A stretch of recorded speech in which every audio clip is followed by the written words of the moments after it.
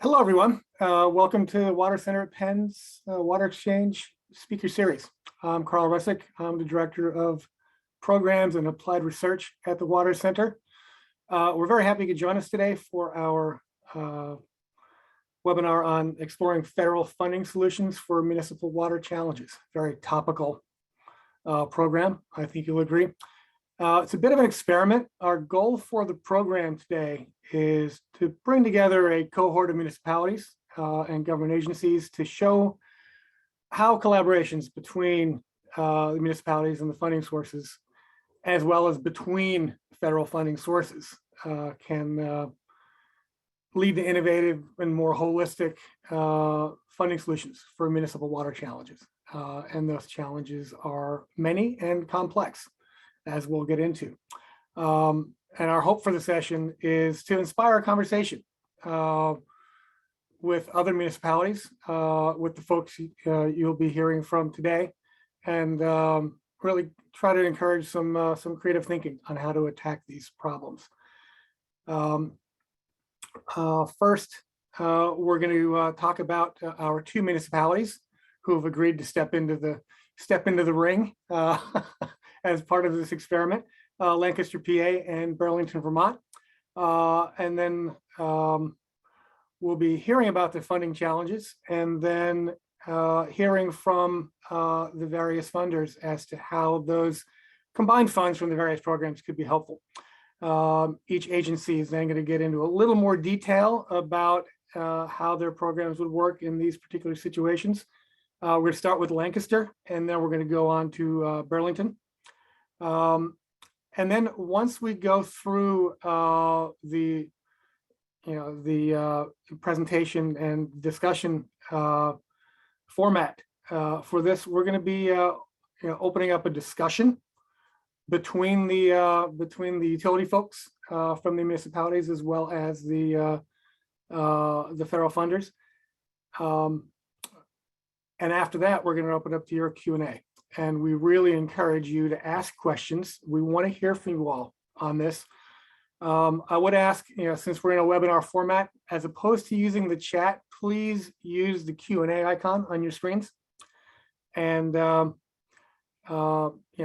feel free to do that while the presentations and the conversations are ongoing. But again, just so we're not pulling people in many different directions, use the Q&A feature as opposed to the chat feature. That'll be much more certain to get your question to the top of the pile. Before we start, I want to remind everyone that this is being recorded, and we will be posting this on our website and on social media for anyone who's not able to attend. So if you find value in what you see here during the webinar, have a look at our social media feed and our website, and feel free to share this with your networks, because we want to get this out there as much as possible. Next slide, please. For those of you who aren't familiar with the Water Center, we're an applied research center focused on really 21st century water challenges for urban water systems, and that includes the communities that rely on those systems, as well as the natural systems on which those utilities and those urban water systems rely. The work that we do is based in good science. We are strong proponents of the one water approach, integrated water management. We spend a lot of time working with urban resiliency and sustainability, but very much grounded in concepts of equity, fairness, and affordability. And as we'll get into in our discussion, I'm sure affordability is one of the key challenges facing water systems and the communities they serve today. We offer a series of programs, research opportunities, publications, and you'll see our various social media feeds and some of our products there. Please check us out on the website, and feel free to follow us on social media, and hopefully you'll be able to garner some good content from that. And it's all listed there. And again, it's available on the website. And next slide, please. Moving on to the program. Let me start by introducing our federal panelists. We've got Jorianne Jernberg from EPA, the WIFIA program. She's the acting director of the WIFIA Management Division at US EPA, managing WIFIA implementation as well as overseeing the origination, underwriting, negotiation, and monitoring of water and wastewater infrastructure projects around the country. Carrie Anderer is senior environmental engineer in the drinking water SRF team at EPA headquarters, currently serving on detail as the acting sustainable systems team leader. The drinking water SRF provides water infrastructure financing for public health protection with an emphasis on small and disadvantaged public water systems. Nate Campbell is a civil works project and program manager for the St. Paul district of the U.S. Army Corps of Engineers. Nate's currently on detail with Corps headquarters, helping create the Corps' water infrastructure finance program. That program will provide supplemental credit assistance to creditworthy civil works projects for non-federal entities. So yet another funding source from the Corps. The initial focus of the program will be on flood and coastal storm risk management projects of regional and national significance. So climate resilience.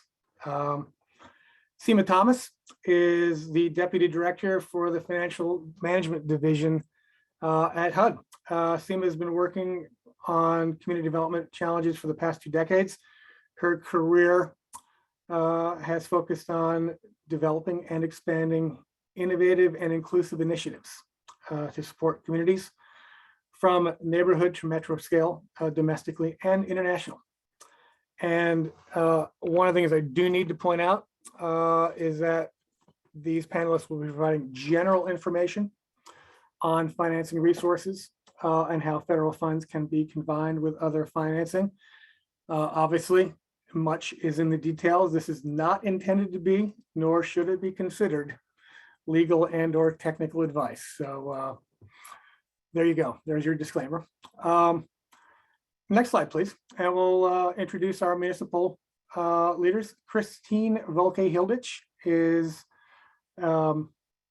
with the Deputy Director of Public Works for the and utilities for Lancaster, PA, responsible for water and wastewater plants, capital planning, laboratories, and engineering functions in Lancaster. And Megan Moore is the Water Resources Division Director for Burlington, Vermont. Prior to serving as the division director, Ms. Moore served as the city's first program manager of the Burlington Stormwater Utility, launched in 2009. And so they're the folks who've agreed to step into the ring for this first go around. Next slide, please. Let's talk a little bit about the demographics of our cities. Lancaster, drinking water system with 118,000 people in the city and surrounding communities, about 45,000 hookups, 2 plants, pulling water from the Conestoga, 12 million gallons a day, and from the Susquehanna at 24 million gallons a day. 1 wastewater plant at 32 million gallons a day, with an expanded primary treatment system for wet weather. And glad to say that Lancaster also has a stormwater utility with an impervious-based fee. Burlington, 42,000 inhabitants, 10,000 connections. 1 plant pulling from Lake Champlain, 4 million gallons per day. 3 wastewater plants, as you can see there. And the largest is a wet weather plant with CSO treatment. And also Burlington has a stormwater utility with an impervious-based fee as well. Next slide, please. And I'd point out that, we're in 2 different geographies, both in the Northeast, but very different places, Lancaster and Burlington. But as those of you who are familiar with utility management will know, facing some somewhat similar infrastructure challenges. There is the constant need to upgrade water, wastewater plants, replace assets under their capital plans. We've got aging infrastructure in both cities. Both are CSO cities, hence the stormwater utilities. Lancaster is developing its 2nd long-term control plan. And Burlington, interesting, facing a Vermont law mandating 0 CSOs, not 85% capture, but 0 CSOs, and is completing development of its first long-term control plan. So somewhat of a challenge for Megan, I'm sure. Both because of their receiving waters have to comply with strict nutrient limits for wastewater, stormwater, and treated CSO outfalls. And both are facing, not surprisingly, financial stresses because of all that. You know, there is a need to get rate income, but you know, there is a burden on low-income users, and both currently financed through their state SRFs and bond issues, because both are large enough cities that they've got their own separate bonding capacity. Next slide, please. As far as unique challenges and what Chris and Megan have suggested we discuss today, Lancaster is very topical: lead lines in their drinking water system. New federal lead and copper rules requiring 3% replacement per year, and I'm sure there will be pressure to move more quickly than 3% per year, no doubt. And in Burlington, it's backwater prevention devices on homeowner sewer lines, because sewer backups into basements make for unhappy customers and are a public health issue as well. So that's front and center for Burlington. Next slide, please. With that, I'm going to hand it over to Seema to talk about some of the aggregated ideas that our federal funders came up with. Sure. Thank you, Carl. So sometimes federal assistance for water projects can be seen as complex, fragmented, and even confusing. So we're hoping today that we can help to demystify some of our federal resources that are available to communities facing these critical water challenges. And so we thought we'd start with Lancaster. And as you can see from this capital stack diagram, they're seeking about almost 40 million to address the water challenges that Carl described earlier.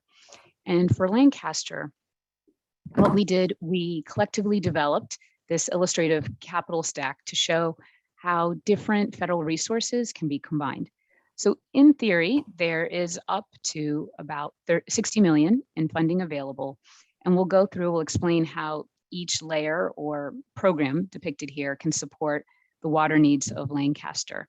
Now, looking bottom up, EPA's drinking water and clean water state revolving funds in Pennsylvania could potentially be used, totaling almost 33 million. Lancaster can also take a loan up to 19 million in an EPA WIFIA loan. And then HUD's Section 108 program that I represent today can fund up to about 8+ million for water infrastructure.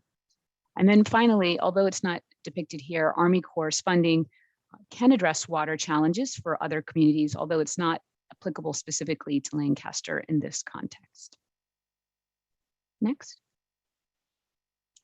So those not familiar with Section 108, it's the loan component of the CDBG program, which is a community development block grant program. And for Lancaster, because it's an entitlement community part of the CDBG program, it can take up to 5 times their CDBG allocation for a loan guarantee. Our current variable rate is 0.41% over a 20-year term. There is no minimum, and as a result, we often see it used as gap financing for different types of water infrastructure projects. Specific to Lancaster, they can take up to $8.3 million. And in terms of eligibility, all water infrastructure activities are technically eligible.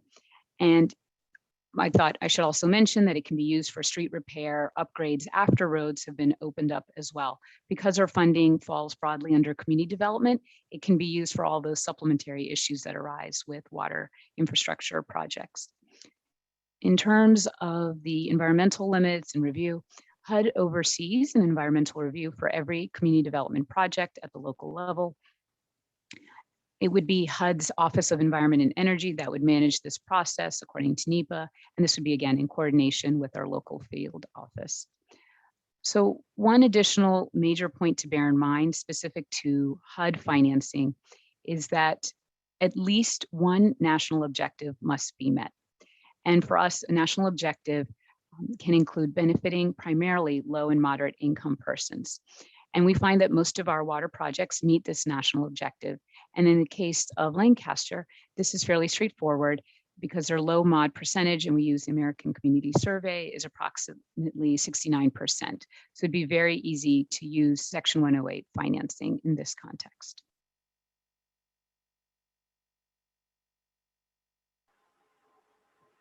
All right, hello everyone. I am going to give you a little bit of information about EPA's WIFIA program. The Water Infrastructure Finance and Innovation Act program is a federal bank operated by EPA, and we can provide very flexible, low interest loans to almost all types of water, wastewater, and stormwater projects across the country. We are designed to be supplemental financing and be combined with other sources of funding and financing. So perfect for this forum and our federal partners. But we have a specific statutory limitation that the program can only provide up to 49% for most project costs. However, on the flip side, that 49% can be for very, very large projects or very small projects. The project cost has to be at least 20 million, and we can have virtually unlimited large projects. We've looked at projects as big as $2-3 billion. As I mentioned, we have extremely broad eligibility, and not only are water utilities like Lancaster and Burlington eligible, but we can also lend directly to private sector ventures and other types of corporate enterprises. Just to highlight a couple of our loan flexibilities, we provide very long-term loans of up to 35 years from completion of the project with very flexible terms, such as locking in the rate up front and drawing funds as needed, prepayment at any time without penalty, and ability to defer and backload payments. And what that means is for communities that are very funding constrained or are looking at major rate increases to meet large capital plans, our financing helps them raise rates more gradually and pay back debt kind of more gradually over time. Just like Seema highlighted with her HUD funding, EPA also does some environmental work on all of our projects. That includes NEPA. And then we also have various other compliance with law requirements, and primarily, and I think most significantly, those include needing to, our projects must comply with the Davis-Bacon Wage Act and also American Iron and Steel provisions.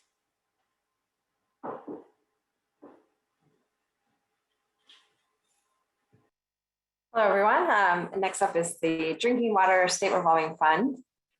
This is a state-federal partnership, so I will caveat that the states really are the ones who select the projects, within federal guidelines and requirements. So what I say here might not apply to every state, but every state in Puerto Rico does have a Drinking Water State Revolving Fund. We can fund pretty much any aspect of your drinking water system. Our limitation, though, is that our borrowers do have to be public water systems. So we don't fund any, we can fund privately owned public water systems, but we don't fund any other entities outside of those who are providing drinking water. We do have flexibility as well with our loan terms. States have to offer loans at a below market interest rate. But that's anywhere from 0 to whatever the market rate is. We can do 30-year loan terms, or what we say design life. And there are opportunities for extensions. If a community is a disadvantaged community, they might be able to do longer loan terms. Then there's also some other ways that folks can do longer loan terms. So we do have some flexibility there. And as Dorian mentioned, we do have similar environmental review requirements. Again, each state has their own, we call them NEPA-like requirements. It's the state environmental review process, SERP.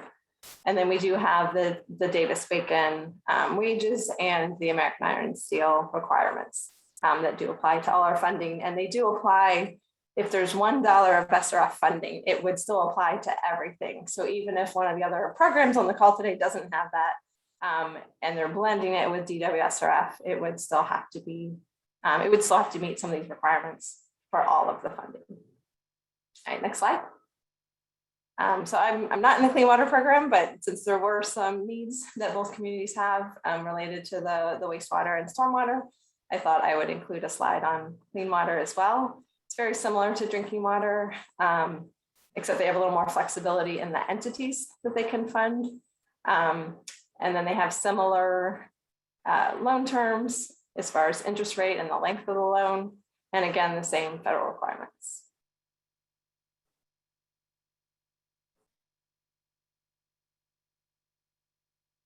Hi, everybody. As Seema had mentioned earlier, the Corps doesn't have specific funding sources for these two municipalities. There is one authority that is outside of our mission areas, and the Corps' mission areas are navigation, environmental restoration, and flood risk reduction. And so most of our authorities are related to those three areas.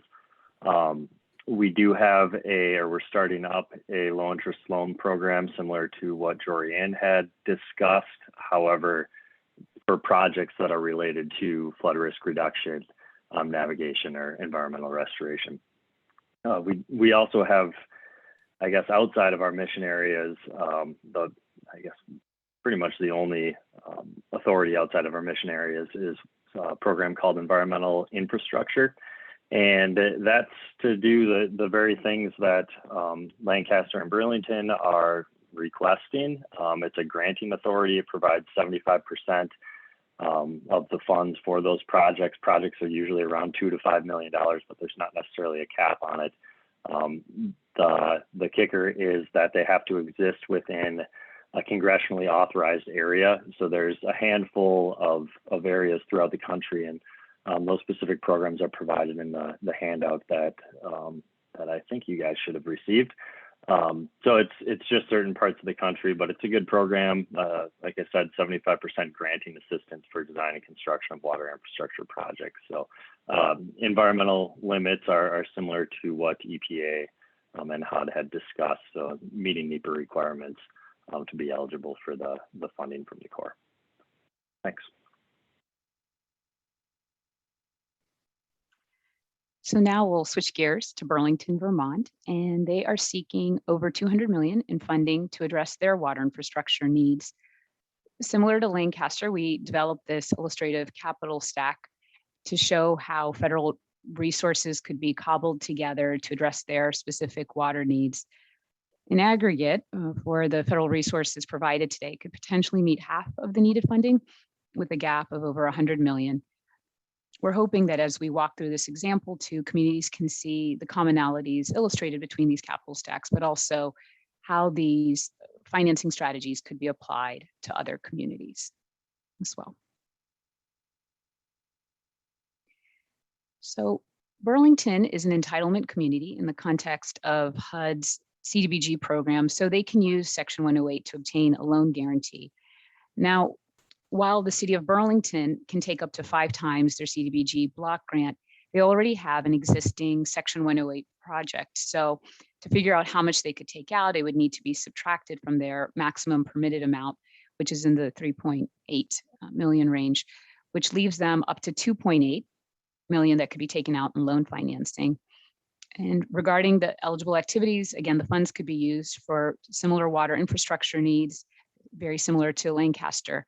However, specific to Burlington, for the installation of backwater prevention devices for homeowner sewer lines, it is possible to use Section 108 to install these devices, but it would be a slightly different sub-project that would need to be developed and structured differently, because to meet our national objective in terms of benefit to primarily low and moderate income persons, it would shift to being focused on households. And it would require perhaps maintenance of specific documentation on household incomes to verify that. And as I mentioned earlier, all HUD Section 108 projects have to meet this national objective. In the case of Burlington, According to the ACS, the American Community Survey, their low mod percentage of the entire population is almost 60%. And that exceeds HUD's minimum of 51% to do a major infrastructure project that primarily benefits low and moderate income persons on an area basis. Specific to HUD Section 108 and CDBG in general, I should point out that there is also another requirement, which is the citizen participation.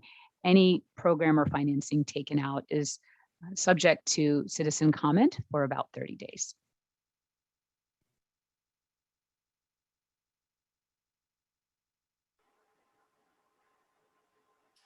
Okay, so for WIFIA, our standard WIFIA terms apply equally to Burlington and Lancaster. And so what I really wanted to concentrate on in this Burlington slide is to talk a little bit about, some of the advantageous features we're able to offer as a federal lender that can help communities like Burlington, Lancaster, and yours pair with the financing with other forms of debt. And, in the previous slide, I really talked about the flexibility of the program and how we can give you flexible terms and advantageous interest rates and things like that. But I think another big advantage is the flexibility that we have as the federal government to be a very open and patient investor. And so I want to highlight that our eligibility is very broad. But another really great thing about the program is that we can really tailor it to meet your specific needs. Some examples of that include we can deal with projects that are very early in the planning process or projects that have already started construction in certain instances. And so we're very adaptable. We can lend to single projects. And so in the program's history, we've lent, a single loan to one project that was about $1.5 billion.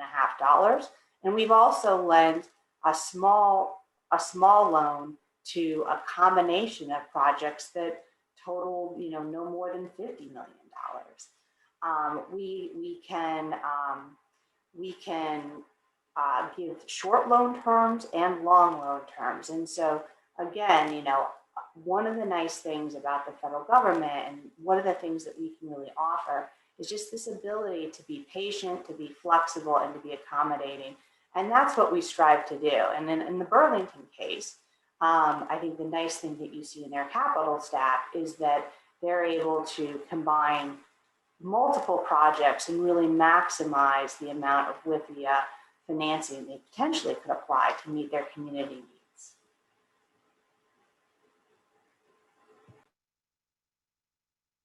And so for DWSRF, it's very similar to Lancaster as it is for Burlington. What I will point out though is that you probably noticed on the capital stack slide that the pilot number that we threw in there was a lot smaller for Burlington. So our funding gets distributed based on need. And so a state like Pennsylvania does get a lot more funding from EPA than a state like Vermont. And then over the years, that revolving nature, Pennsylvania has a healthier, SRF with more funding that they have available. Whereas in Vermont, maybe they don't have quite as much as other states. So that is a challenge of DWSRF when looking at some of these larger projects, not to say that we can't, and not to say that Vermont couldn't leverage their program. But some of the dollars that we're looking at for Vermont are a little bit more challenging for the SRF for these communities. And then similar with clean water, again, Vermont is, it is a smaller state, so they do get a slightly lower amount of money from EPA. But again, there are ways to be creative and leverage the funds and turn that into more money. And I will say, if you've been following the news, there is an infrastructure bill that might be passed in the near future. And so that will be an influx of money for the SRFs. And again, for a state like Vermont, where maybe there aren't as many borrowers, I would definitely keep your eye out on that, because there might be an influx that you're going to need to spend somewhere. So.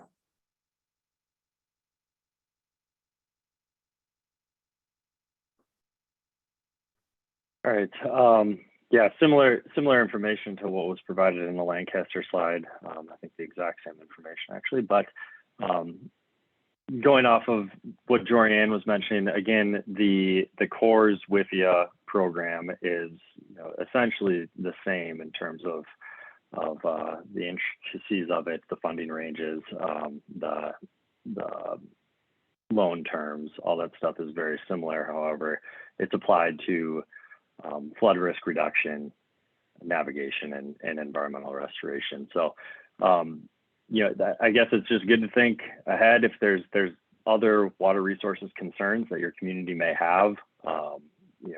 Certainly reaching out to the CORE sooner is going to put you in a better spot for when you actually need those improvements made. So I had just looked it up in Burlington, you're in New York district, and Lancaster, you're in Baltimore district. So I think it's a pretty easy Google search to figure out which district you're in, and then those district representatives can talk to you specifically about your specific community's needs. So that's what I would recommend. The CORE has a lot of opportunities out there, not as much for granting opportunities, but certainly a lot of cost share opportunities that the CORE can assist you with on a variety of concerns. So some of these types of water infrastructure projects could require some hydrologic studies, some study efforts, and we certainly do have a study authority as well, and that's Planning Assistance to States, which is also outlined in that or highlighted in the handout that we had provided. Thanks. Well, thanks for our panelists. And I'd like to, at this point, there's a lot of information that moves through fairly quickly, but I'd like to open it up as a conversation with Chris and Megan to provide their initial reactions, perhaps, to how that was laid out, and then we can maybe get into a bit of back and forth about how a potential borrower sees all of that as it's presented. So Chris or Megan, whoever of you would like to go first.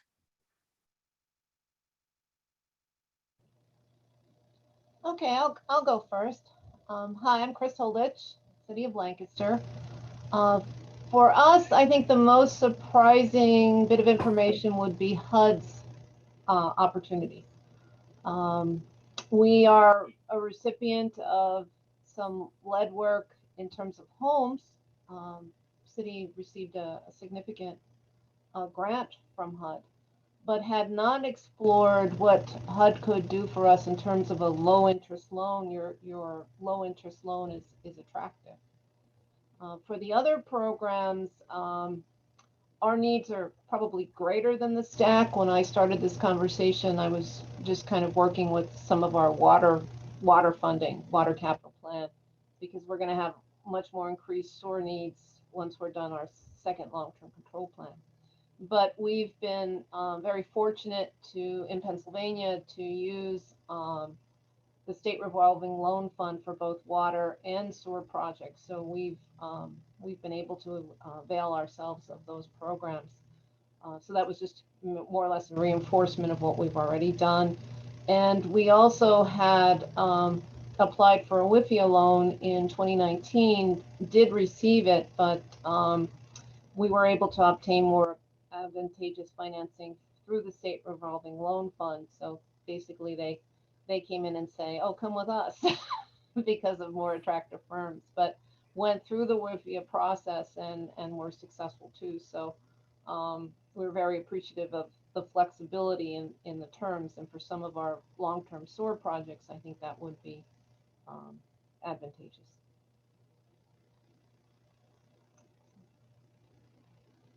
Yeah, I would say similarly, this is Megan from Burlington, Vermont.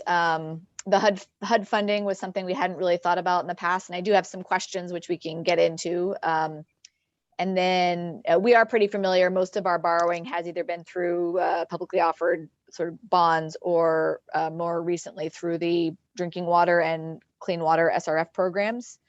The WIFIA one is definitely one. Now that I have very substantial amounts of money, I think when we were doing our initial borrowing, when I had talked with somebody at the state who knew something about WIFIA, they were sort of like, that's for really big projects. And one of my questions will be the bundling of projects and even bundling of projects across sectors. You know, do I have to only bundle water projects together, or could I literally bundle water, wastewater, stormwater projects together? So we could get into that. And then I guess, you know, just because of the people who are watching this and probably maybe having the reaction, hey, this is all financing. Certainly Chris and I talked with the group about there really needing to be a larger conversation that even if we borrow at extremely flexible terms and low interest rates, we are still having to pay that back, and trying to figure out with the federal government, with our own state governments, how we can try to turn some of these funding challenges more into grant funding. I'm just going to name that elephant in the room, understanding that all the folks who have come here, you know, don't necessarily have those types of grant programs, and a lot of those are administered at the state level, but it just has to be said. And hopefully somebody somewhere is listening and is going to come up with some awesome grant program. So with that, I think maybe we can circle back, and then I do have some more specific questions about any one of these programs. And Carl. to echo what Megan said is grants are certainly attractive because they're not going to go into your rate base. All of this financing is going to go back into rate base and cause more of a burden onto, you know, socioeconomically ratepayers. Yeah, and I will just add one point I didn't mention earlier, just because I believe neither community meets the state definition, but the SRFs can provide what we call additional subsidy, which is grant-like dollars. But it usually, not always, but usually goes to affordability, or in the case of drinking water SRF, disadvantaged communities that the state defines. So I didn't mention it earlier just because it doesn't apply to Lancaster or Burlington. But that said, there might be some money that doesn't have to go to a disadvantage, but again, it's probably limited. And I should say we have leveraged probably several $1 million of loan subsidy going through SRF. So it's not, that's why the program still makes sense. I think just when we're talking about really large dollar amounts, it would be nice to have even more grant funding, and hopefully the infrastructure bill will create some of those opportunities, if not just even lower interest rates or 0% interest rate. You know, those are all possible. So I don't know, Carl, where you want to go from here. If you want us to launch into questions we have specifically with the time. Let's get into the, we've got about 10 minutes before we go to the larger Q&A, or a little less than 10 minutes. So why don't we launch into some detail. Let's get into the weeds a bit, and maybe that'll shake loose some broader conversations that will come into the Q&A as well. I guess one question I had for SEMA at HUD was, I wasn't sure if like the 2.8, is that a one-time authorization, or is that a yearly authorization, or do we have to sort of borrow, we have to pay it back, and then we can re-up? Is that how it works?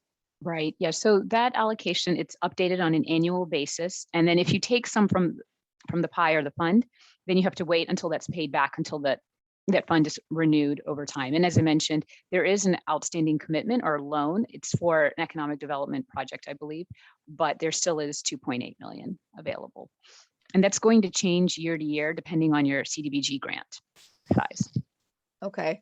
And would there be any issue with how we've been thinking about the backwater prevention program? Well, I guess that one we were really thinking would be just paying outright for people, but then they would end up owning it. You know, that gets into some of the weeds of when we've talked with SRF about funding it, they say yes, but then you have to own, operate, and control it for the rest of its service life. Do you have any initial comments on whether there would be that sort of stringency, or could we literally just do a good thing and then sort of hand it over to somebody?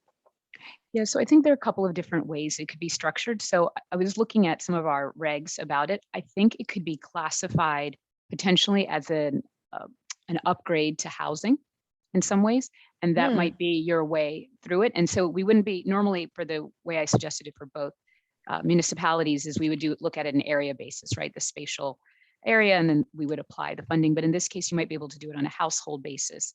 Now, that being said, is that there more details and more clauses. Does it constitute affordable housing, or maybe it's done on a low and moderate income person benefiting from it? And so do you have the documentation about household income? But I think there are a couple of other alternative ways to do it. But again, it would be a loan, but it would be a low cost, at least right now, presently, the variable rate is quite low. Awesome. No, it's a great opportunity. We definitely want to keep exploring. I'll bounce it to Chris, and then if there's time, I'll ask a few other questions from some other folks.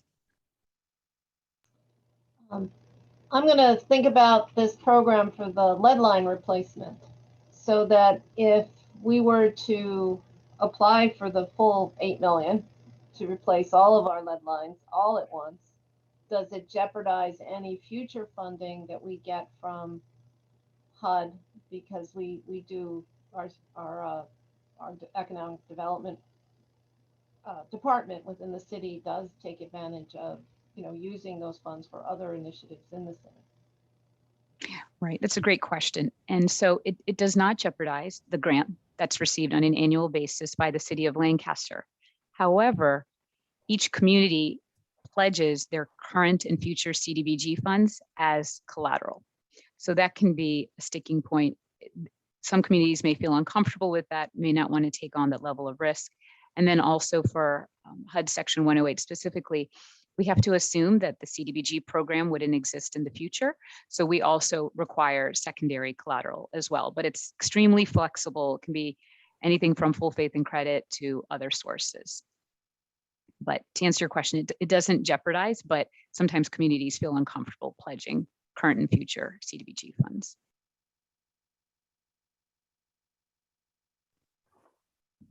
So I have another question for Nate.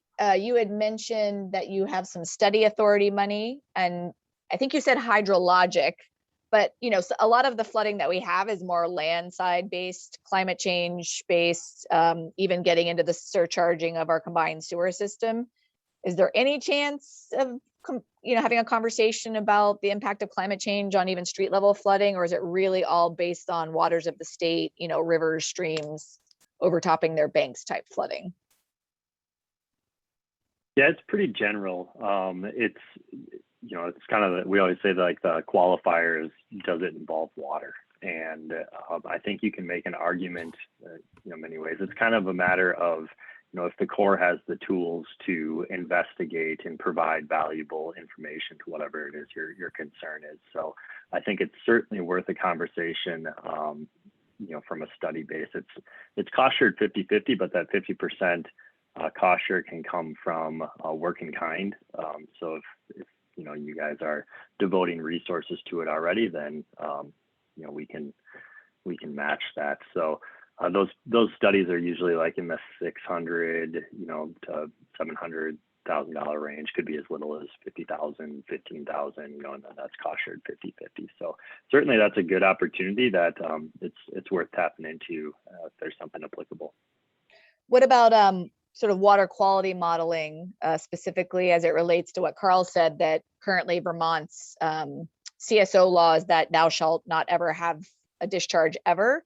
And while we are fully prepared to do a whole bunch of stuff, getting to that zero level is, I'm not sure, the best use of all of our water dollars. And so there is a particular water body that I think we're going to have to do some sort of water quality study to really understand, once we get to the level of control that we are anticipating with the CSO tank, are we really impacting that water body such that it's violating Vermont water quality standards? Is that something you guys ever dip your toes into? Because I think you guys would be awesome to figure out the hydraulics and hydrology of this.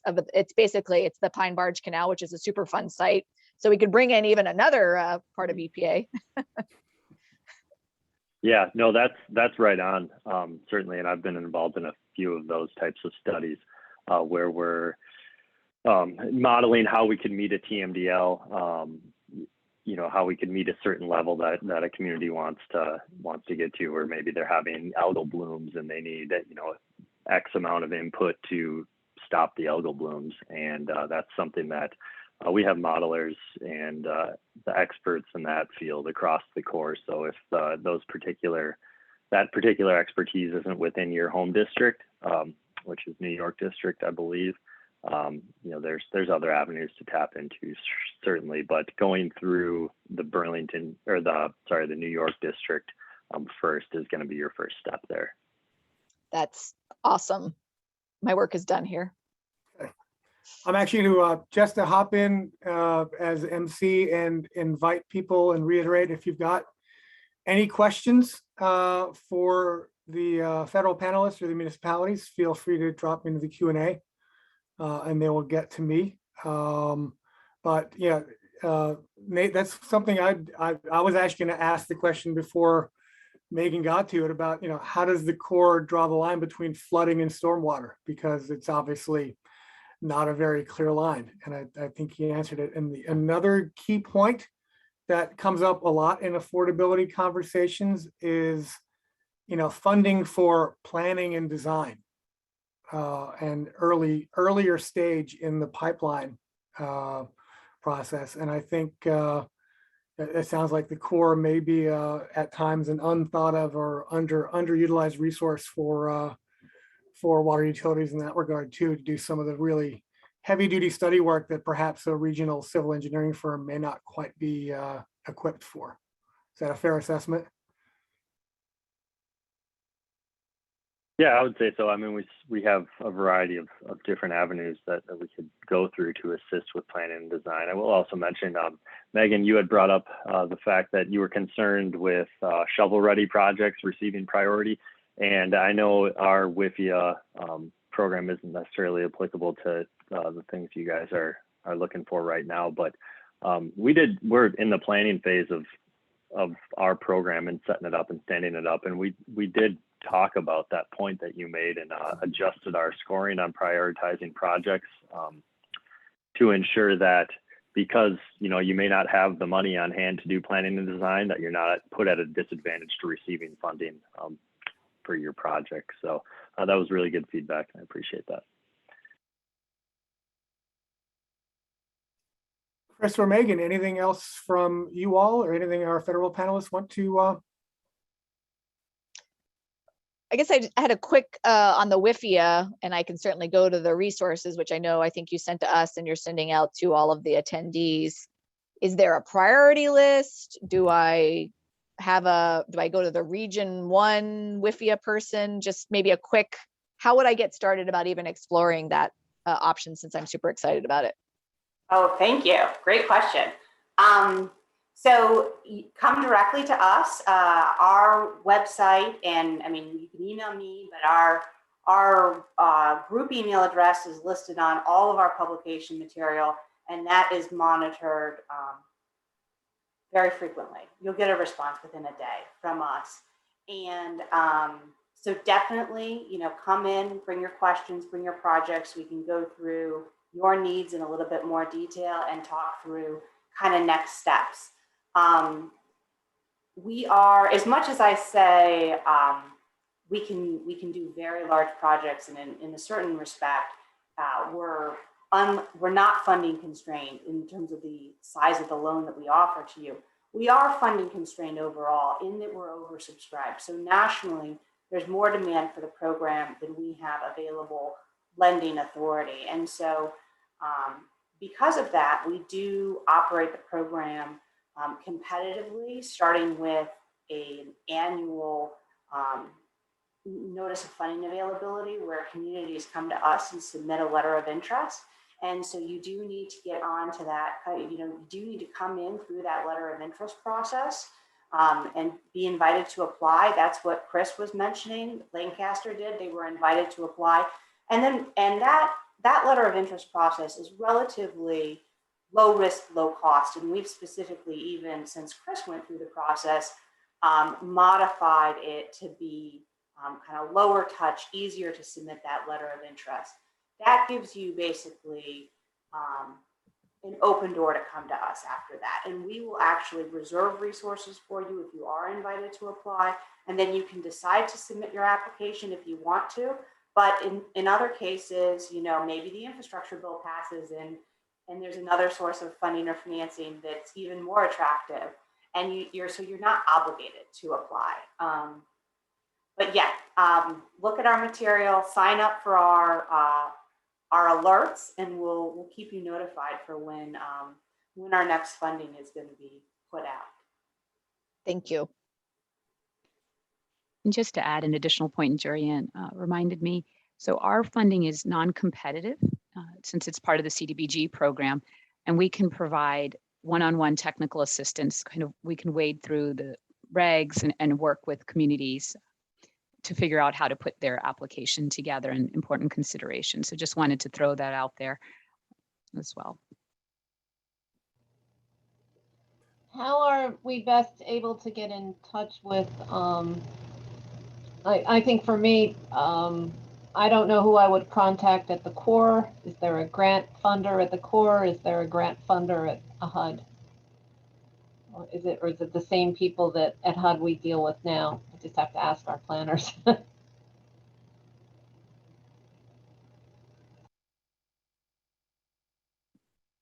Yeah, I don't have the phone number right offhand, but like I said, I think it's just kind of Googling Baltimore district, and you just call the first number that pops up, and then they'll put you in touch with the right person. I know that's a passing the buck kind of an answer, but No, that's okay. I didn't know like whether you had a special funding person or a special section. So I'm fine with just starting with that. And over at HUD, you could email me. We have a general box similar to WIFIA's program where it's section 108 at hud.gov. And then if you get in touch with our local field office, they'll link us together as well. So a couple of different avenues. And I'll also add, I'll also add, you guys saw my email there on the screen, and I'm happy to push you in the right direction too. So if you feel free to email me and I can help you out. Here's a question that came in for Kiri that other folks may want to chime in on as well. I'm curious programmatically, obviously there is a, it's pretty common practice to, blend multiple funding streams and multiple, financing streams. Do the SRFs, contemplate some degree of gatekeeping or coordination among the various, state SRFs and WIFIA and Corps, et cetera, and HUD, or is it just kind of happened by accident? No, that's a great question. So I'll start, I guess, with WIFIA, and Joria can correct me if I say it wrong, but there is a first right of refusal type step for WIFIA where they do reach out to the state SRF programs and see if they want to fund the project or co-fund the project if it's not already on their radar. I will say, as Joanne mentioned earlier, I think we do co-fund a lot with WIFIA. A lot of times the projects come in already having some kind of commitment from SRF, and that's even right in their letter of interest. So we do coordinate with WIFIA quite a bit. As far as other funding groups, again, it kind of varies state by state, but a lot of states do have what they call funding forum or some kind of funding group.